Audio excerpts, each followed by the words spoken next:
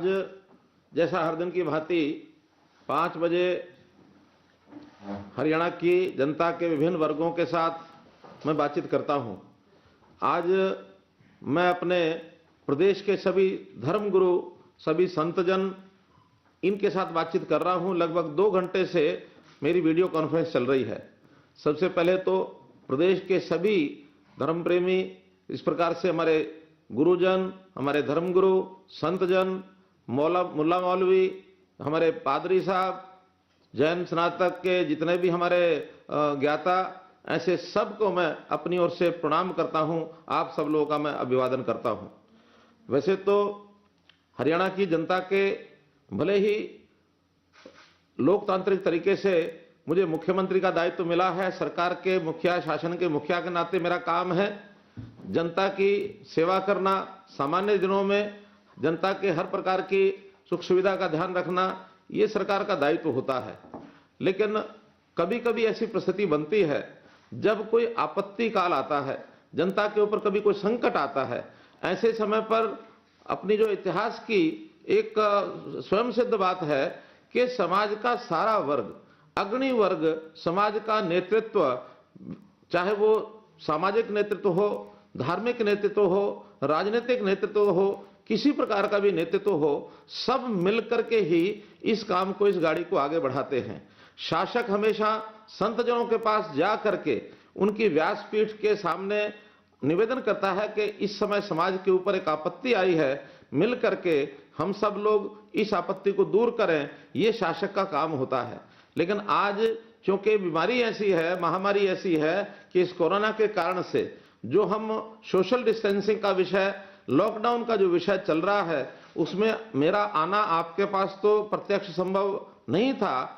फिर भी ये जो विज्ञान की खोज है, जिस प्रकार की व्यवस्थाएं अब बनी हैं, वर्तमान आधुनिक इस सारे सिस्टम में वीडियो कॉन्फ्रेंस के माध्यम से मैंने आप लोगों से लगभग 2 घंटे बात की है और अब मैं जनता को भी सामने ले रहा हूं। हम सब लोग मिल करके आज इस बात का विचार करेंगे कि आखिर ये जो कोरोना की बीमारी है, जो विश्व के किसी एक देश से शुरू हुई, विश्व के बहुत से देशों में फैली और देश में भी इसने अपने पांव पसारने शुरू किए। हरियाणा में सबसे पहले 4 मार्च को, जिस दिन हमारा बजट का सत्र ये समाप्त हो रहा था, उसी दिन हमको समाचार मिला कि गुड़गांव के मेदांता अस्पताल में इटली के 14 ऐसे कोरोना पॉजिटिव जो मरीज हैं वो आए हैं, उनका इलाज शुरू हो गया है। हम उसी दिन से सतर्क हो गए कि ये बीमारी क्या है, कैसे फैलती है और इसका क्या क्या दुष्परिणाम होगा। सारी जानकारियां हमको मिलने लगी, समाज को जागृत करने लगे और 8 मार्च को इसके लिए हमने एक पंचकुला में सबसे पहले एक अपना हमने बनाया अपना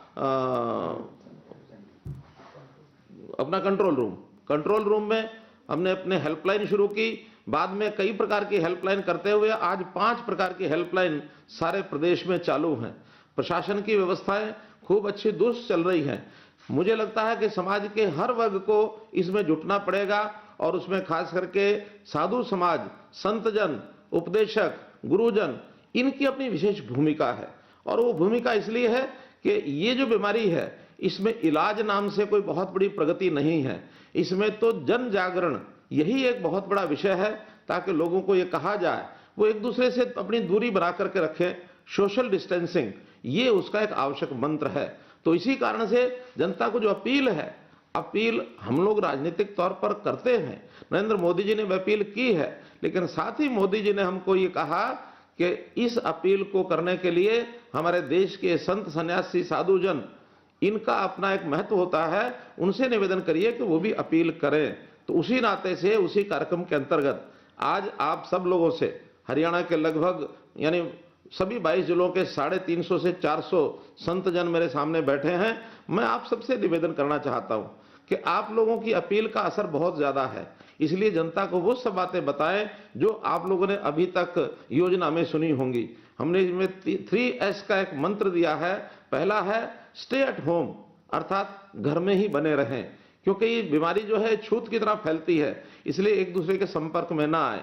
दूसरा सोशल डिस्टेंसिंग, अर्थात अपनी दूरी एक दूसरे से बनाकर रखें। आज मुझे खुशी है कि इस कार्यक्रम में भी सब लोग संतजन बैठे हैं, 5-5, 6-6 फुट की दूरी बना करके बैठे हैं और सब मास्क भी लगाए हुए हैं, एक बहुत अच्छी बात है। और इसी प्रकार से तीसरा एस जो है वो है सैनिटाइजेशन, अर्थात स्वच्छता बनाकर रखें, अपने हाथ को सैनिटाइज करें, हाथ को धोएं, बार बार साबुन से धोएं।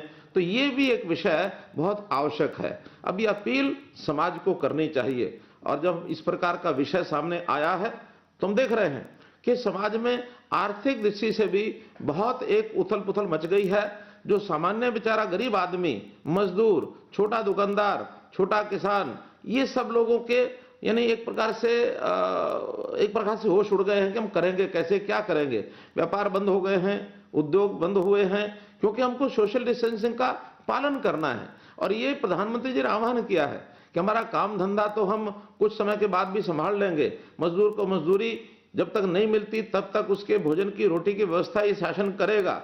भले ही मजदूरी महीने बाद मिलेगी, लेकिन अगर जीवन बच गया तो सब कुछ बचेगा, जीवन नहीं है तो कुछ भी नहीं है, जान है तो जहान है। तो ऐसा जो एक वाक्य प्रयोग किया, अर्थात हमको सबकी जान बचानी है। इस सारे विषय में जब हम दुनिया के देशों को देखते हैं तो लाखों लाख लोग वो यानी इससे पीड़ित हो गए हैं, पॉजिटिव हो गए हैं, और कई लाख लोग एक प्रकार से मृत्यु को प्राप्त हो गए हैं। अमेरिका जैसा देश, इटली जैसा देश, चाइना जैसा देश, स्पेन जैसा देश, जर्मनी जैसा देश, वो भी इस बीमारी को झेल नहीं पाया है, जो विज्ञान के तरीके से बहुत आगे बढ़े हुए हैं।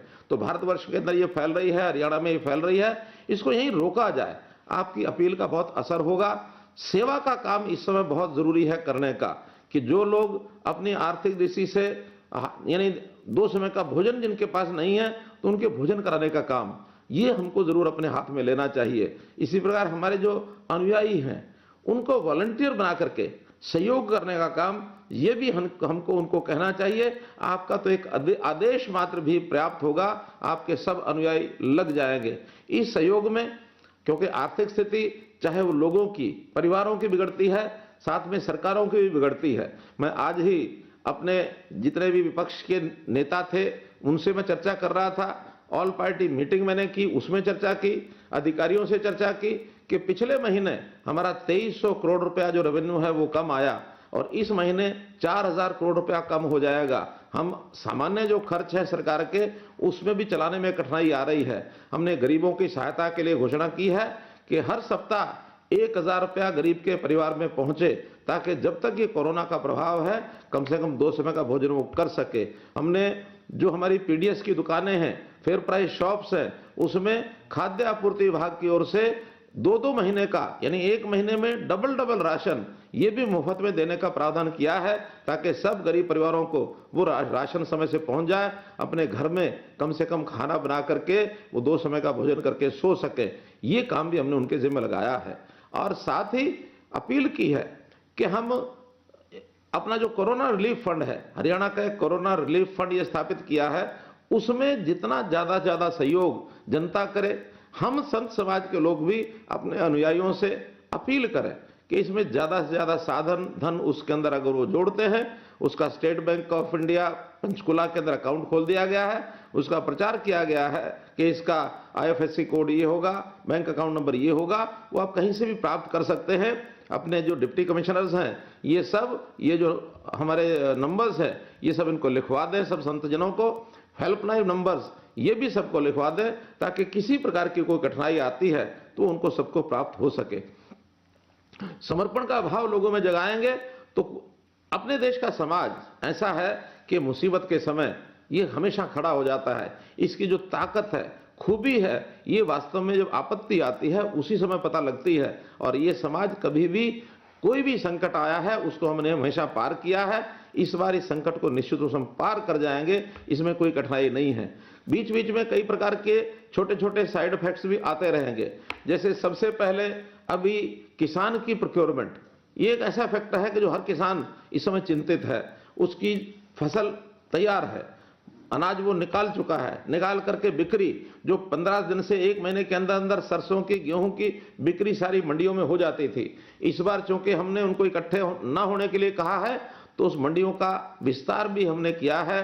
पहले जहां 400 मंडियां होती थी, इस बार 2000 मंडियों में और इसको अनाज को खरीदा जाएगा। आड़ती बंधुओं ने भी इसमें सहयोग करने की एक आश्वासन हमको दिया है और ये समय भी लंबा लगेगा, मजदूरों की भी कमी है।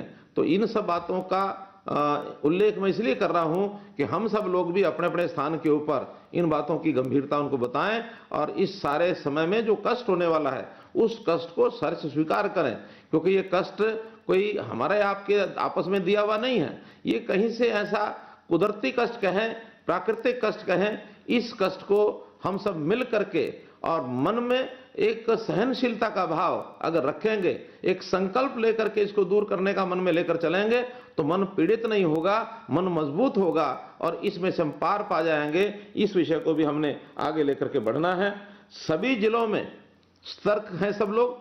4 जिलों में थोड़ा प्रभाव ज्यादा है, जैसे मैंने प्रारंभ में बताया था, जिसके अंदर गुरुग्राम, फरीदाबाद, पलवल और नू, ये 4 जिले ज्यादा प्रभावित हैं। बाकी जिले भी लगभग 15 जिलों से कोई ना कोई ऐसा पीड़ित कोरोना पॉजिटिव ये केस है। 7 जिले अभी बचे हैं। सबको बचे रहना चाहिए, जहां है वो भी कैसे कम हो इसका हम विचार कर रहे हैं, इसके लिए हम प्रयत्न कर रहे हैं। और अभी जो लेटेस्ट जो हमारे आंकड़े हैं आज के, 155 लोग प्रभावित जो पाए गए, जिसमें से 31 लोग ठीक हो गए हैं। केवल 2 बंधुओं का ऐसा इंतकाल हुआ, मृत्यु को प्राप्त हो गए। तो ऐसे 33 लोग ये जाने के बाद 122 लोग अभी भी अस्पतालों में जो इलाज है जिनका चल रहा है, ऐसे 122 लोग हैं। हर दिन ये संख्या 20-30 बढ़ रही है। किस प्रकार से रोका जाए, क्योंकि इसका फैलाव रोकना बहुत जरूरी है। यहाँ एक उल्लेख मैं जरूर करना चाहूंगा, जो मैंने मुफ्ती साहब जब उन्होंने विषय रखा था, मैंने उनको निवेदन किया था कि जज्बाती होकर के विषय न रखें, जमीनी हकीकत पर हम चलें। क्योंकि जो मरकज में निजामुद्दीन की जो घटना हुई, वहां पर लोग सामूहिक रूप से जब इकट्ठे हुए तो वो कोई जानबूझ के इकट्ठे हर वर्ष इकट्ठे होते हैं, हर बार होते हैं, हर समय होते हैं। उस समय चूंकि कोरोना का ये विषय चल पड़ा था, थोड़ी सावधानी पहले बरती जाती तो शायद इस कठिनाई में से हम बच सकते थे। क्योंकि वो तो अब चीज भूतकाल की हो गई, पास्ट हो गया, और उसको हम आगे न फैलने दें, इसके लिए सभी तबलीगी, सभी जमाती, इनकी पहचान करना ये हमारे लिए अनिवार्य हो गया है। हमने सबको कहा है कि कोई भी कष्ट उनको उठाना पड़ता है, भले वो पीड़ित नहीं है, नेगेटिव भी हैं, लेकिन एक बार उस दायरे में उनको नाम अगर उनका आ गया है तो 15 दिन के लिए उनको क्वारंटाइन भी होना चाहिए, उनको दोनों टेस्ट भी कराने चाहिए, एक पहले एक बाद में। 15 दिन के बाद उनको छोड़ दिया जाएगा, अपने अपने स्थानों पर जा सकते हैं। फिर भी यदि किसी प्रकार की उनको कठिनाई होती है, क्योंकि कुछ लक्षण ऐसे होते हैं, कोरोना मरीज को कई बार शुरू में पता नहीं लगता, अचानक किसी लक्षण का प्रकट होने के बाद उनको तुरंत डॉक्टर को जाके बताना भी चाहिए कि मुझे इस प्रकार की तकलीफ हो रही है, ताकि उसके टेस्ट की जरूरत पड़े तो फिर कराया जा सके।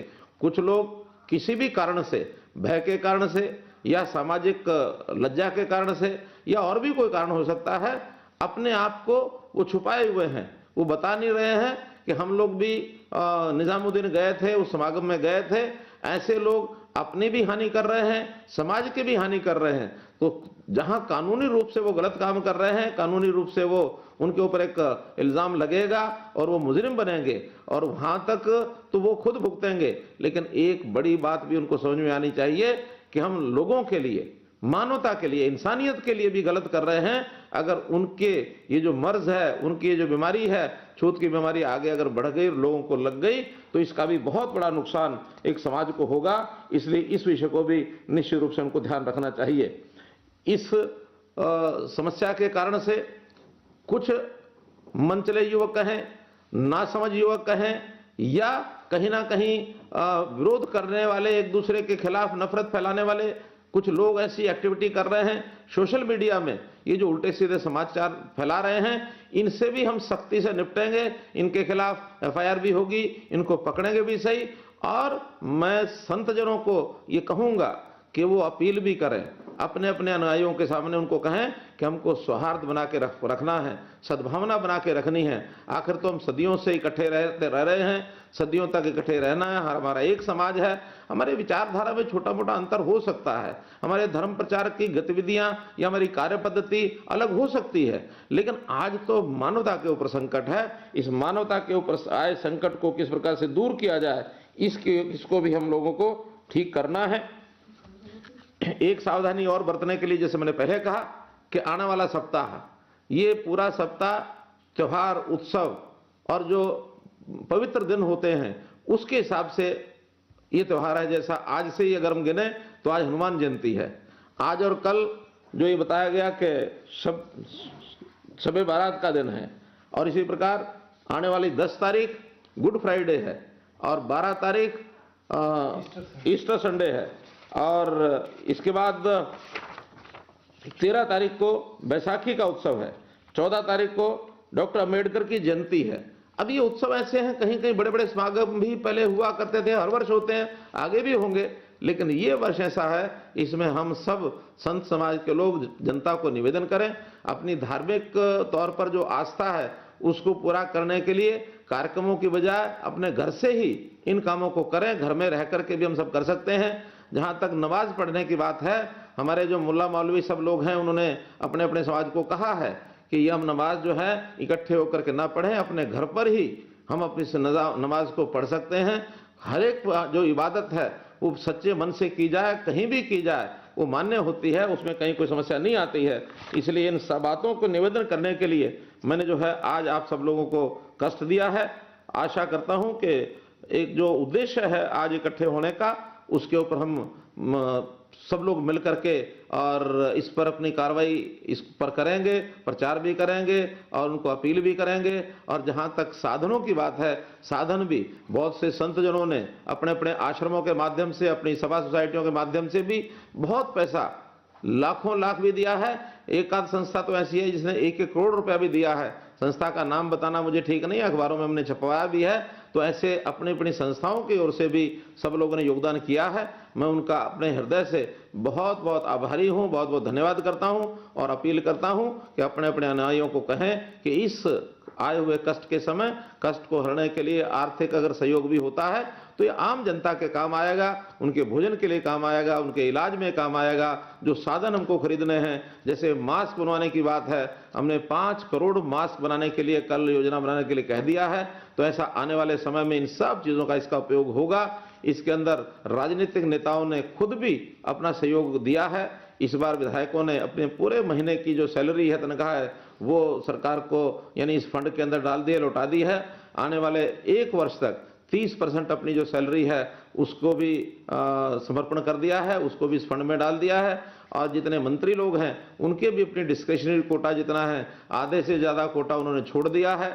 जितने भी विधायक हैं उनके मुख्यमंत्री, उनके जो आदर्श ग्राम विधायक आदर्श ग्राम योजना में 2 करोड़ रुपया उनको हर साल का मिलता था, वो भी 1 साल के लिए सब उन्होंने मना कर दिया है। तो ऐसी बहुत योजनाएं, रिटायर्ड जो लोग हैं वो भी इसमें योगदान कर रहे हैं। कर्मचारी, इन्होंने भी योगदान करना शुरू किया है। मुझे लगता है 100 करोड़ रुपए से ऊपर केवल कर्मचारियों की ओर से योगदान हो जाएगा। और इस कोरोना रिलीफ फंड के अंदर भी हमारा जो योगदान है वो काफ़ी बड़ी मात्रा में जनता के द्वारा होने वाला है। मैं पुनः आप लोगों से निवेदन करता हूं कि इस काम को पूरा करने के लिए आप जनता को जागृत करें, जनता को अपील करें और सेवा, समर्पण, त्याग, सौहार्द ये सब बनाए रखें। आपका बहुत बहुत आभार, बहुत बहुत धन्यवाद।